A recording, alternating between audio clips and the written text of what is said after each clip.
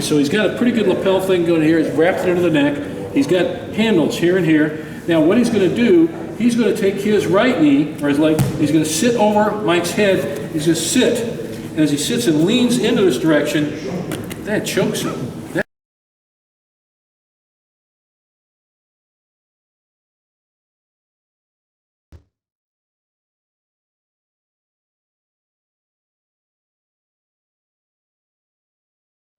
Watch what Mike does with the leg that comes over the head. See this leg here? He filters it there. Now by hooking that, and he's going to lean in just like he did before.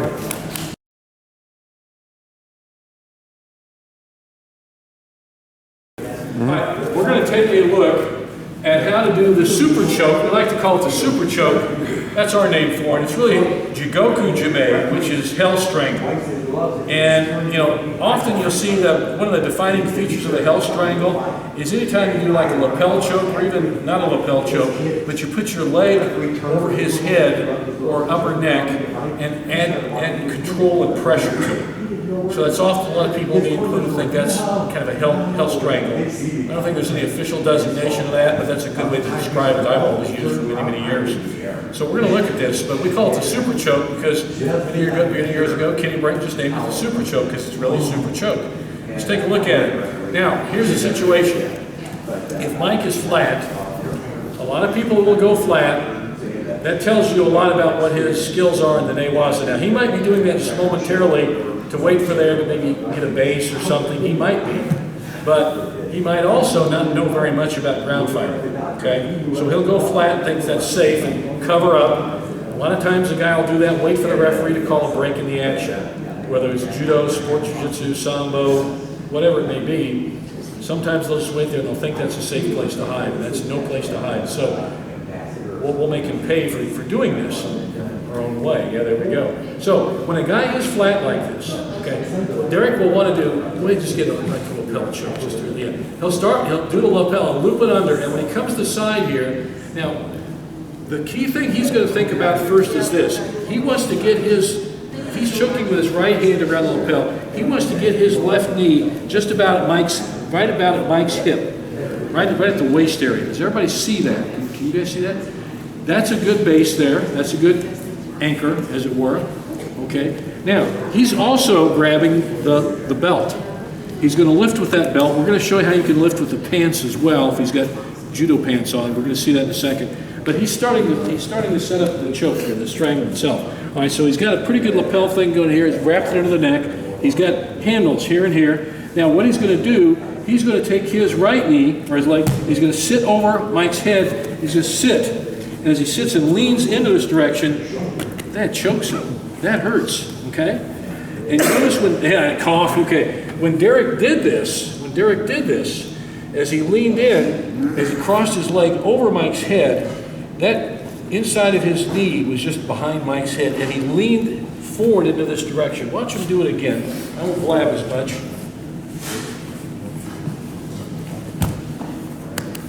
Now, did you see something important what Derek did that you have to do as well when you do the strangle? That left hand pulled up a bit, and that helped elevate him and get him going in the direction he wanted to. So, and it works. It really does work. And you can also jam your knee further in. Exactly right. It gets you, by jamming your knee in deeper under him, it just, blocks him. He can't go anywhere, okay? So you're adding more pressure to the strangle itself. So watch him when he does it again. And he starts basically loops under and around the throat. There, see how he grabs? There it is. So that's a really, really tight strangle. That's just a super choke from that flat direction. Okay. Now, a variation, you can do one or two ways. We're going to grab the pants. Instead of grabbing the belt when he comes and he does all this, he can grab either side. It's your preference.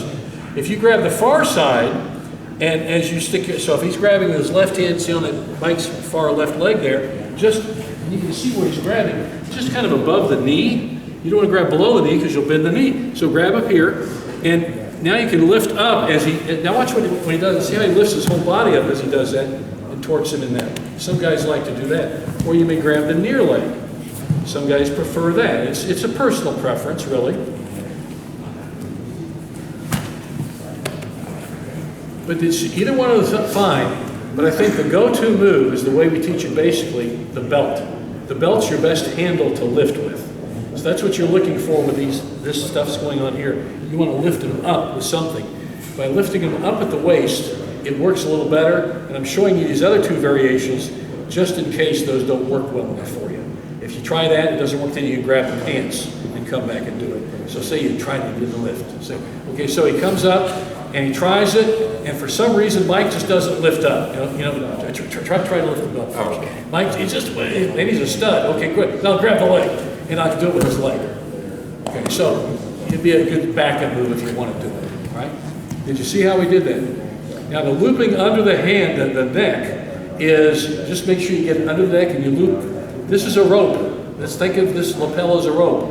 You know, when Kano designed the judo gi, he did that on purpose because he liked lapel strangles.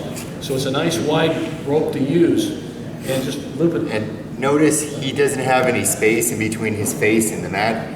Most guys won't. They'll press their head down on the mat because they're trying to avoid letting you go through the choke. So if you're being nice about this, and you loop down, you're like, oh, his chin isn't down, I can't do a choke.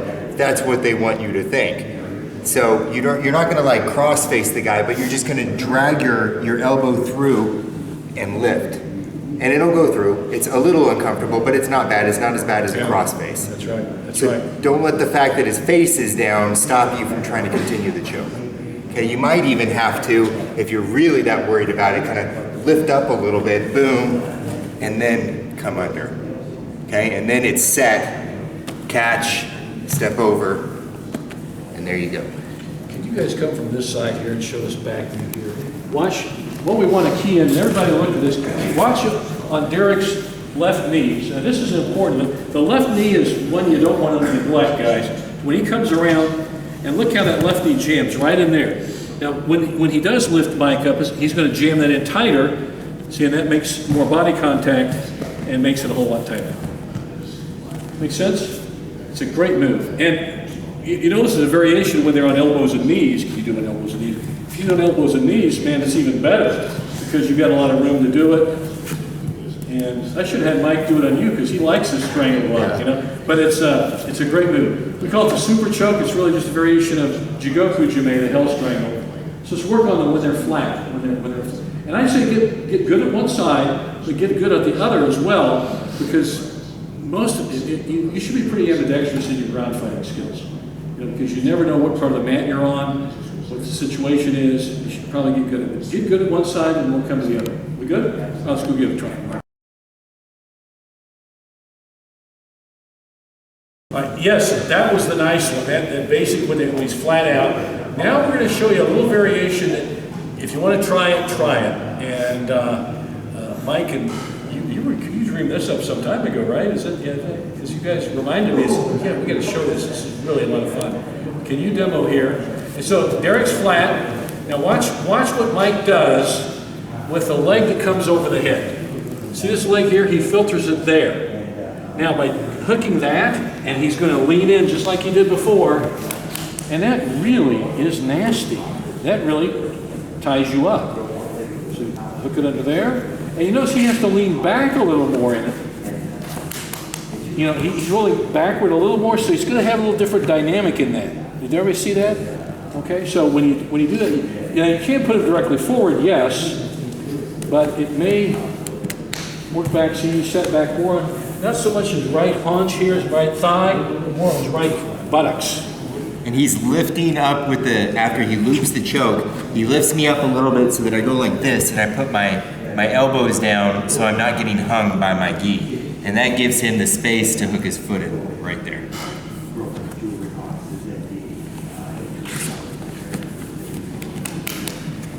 And that's just a little foot variation that works. And that is quite stressful on the neck. So put it that way. For the guys that have done it before, you can add the back foot over the back line. Yeah, you can add a little more. If you want to add a little more pressure, you'll see what he's doing. We come through, catch a hold there. This time I'm going to keep my knee on his hip, but I'm not going to slide it under. I'm going to lift up, wrap through, and as soon as I catch that, I'm going to roll that way onto my hip, which frees this hip open to come over. So I come over and I loop. See how he hooked over there? He's got a lot of control.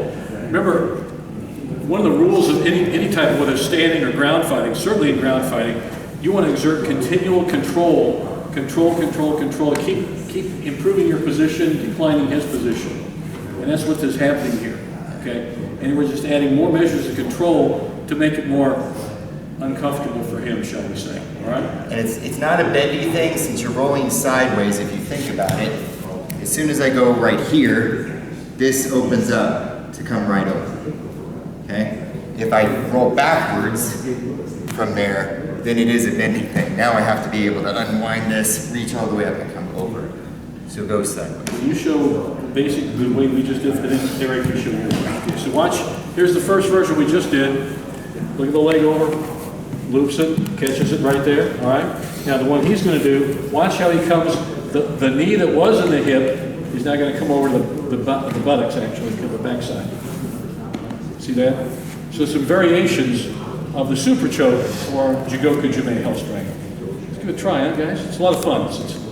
There we go. All right, let's go do it.